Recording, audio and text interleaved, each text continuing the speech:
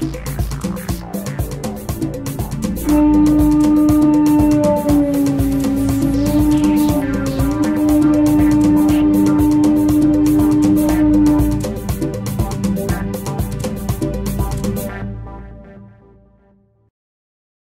bien mes amis, c'est le moment de vous dire au revoir, ou à très bientôt, le 23, le 22 pour la Guadeloupe, le 22 pour beaucoup de pays d'outre-mer, et le 23 donc à Paris, pour la très bonne nouvelle concernant Jean-Luc Mélenchon, je l'espère. En tous les cas, j'ai fondé un espoir en venant ici, on a fait une caravane de 10 jours, qui a été formidable.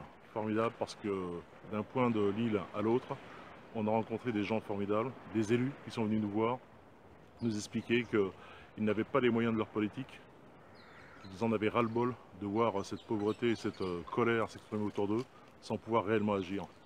Et c'est bien ça que nous voulons faire avec ce programme France Insoumise et Jean-Luc Mélenchon, c'est changer la donne. Changer la donne comment?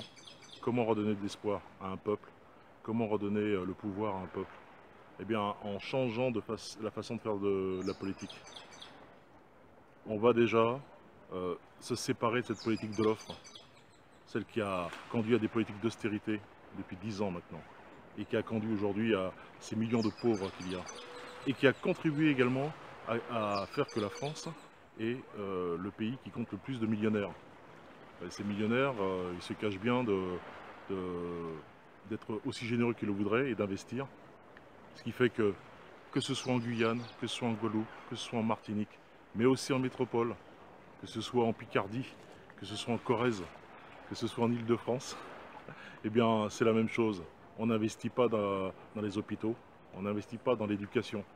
Ce qu'il y a de monstrueux, évidemment, en Guyane, mais également en Guadeloupe, mais surtout en Guyane, c'est que depuis plus de 30 ans, on n'a pas réinvesti dans les hôpitaux. Ce qui fait qu'aujourd'hui, c'est une situation épouvantable que les Guyanais vivent au niveau de la santé.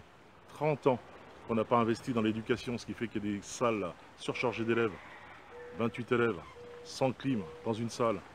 Et je ne vous passe pas ce qu'on a pu me raconter, des gamins qui se lèvent à 5 h le matin, pas de transport pour aller à l'école, et qui font plus d'1 heure de marche pour arriver sans prendre de petit déjeuner à l'école. Tout ce qui remonte au Moyen-Âge, tout ça on ne le veut plus. On veut éradiquer la pauvreté. Pour ça on va injecter 100 milliards, vous m'entendez bien, 100 milliards, pour investir dans l'écologie, mais également dans l'économie de la mer.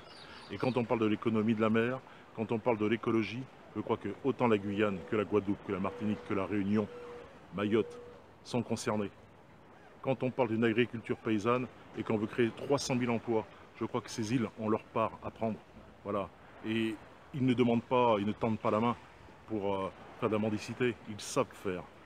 J'ai pu le découvrir encore une fois de plus, moi qui suis originaire de la Guadeloupe, c'est avec beaucoup d'émotion que j'ai vu comment, aussi bien au niveau de la pêche que de la paysannerie, il était possible de réaliser des grandes choses.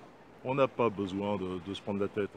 Il est possible de faire des coopérations avec les pays limitrophes, ne pas être obligé de faire de la coopération avec l'Europe uniquement, exclusivement. Vendre des oranges d'Espagne, alors qu'on est capable de se nourrir autrement et de faire du commerce avec des pays limitrophes. Voilà. Et puis une dernière chose, dans une atmosphère de guerre en ce moment, où on voit des puissances se jeter à la face les armes et un sentiment de puissance et de mépris aussi pour les autres peuples, nous voulons apporter la paix. Et je crois que Jean-Luc, dans son discours et par sa présence, apportera un peu plus de quiétude et du savoir-vivre pour tout le monde. Voilà. Donc je tiens absolument que la prochaine fois que je viens vous voir, ce sera avec Jean-Luc Mélenchon, président, et ça sera vraiment un plaisir. Sachez que je tiens mes promesses. Ce n'est pas la première fois que je le dis, donc je viendrai avec Jean-Luc Mélenchon en tant que président.